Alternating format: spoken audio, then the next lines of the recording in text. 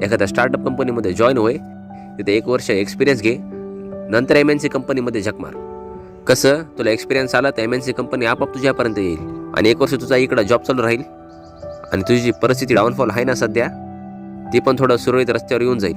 मी का नाही एक काम करतो, बँक लोन घेऊन एक छोटासा बिझनेस टाकतो. वाह, कीप इट अप बेटे. जर बिझनेस ग्रो नाही झाला तर लोन कसा फेडायचा? अरे सपक तोंडाच्या, तुला आधीच सांगितलं ना कंपनीमध्ये जॉबसाठी अप्लाय कर. तू म्हणायला ते बरोबर आहे यार, पण पुन्हा रिजेक्ट झालो तर? अबे काय भंड करायला बे तू, घ्यायला बोलीला मला इथं.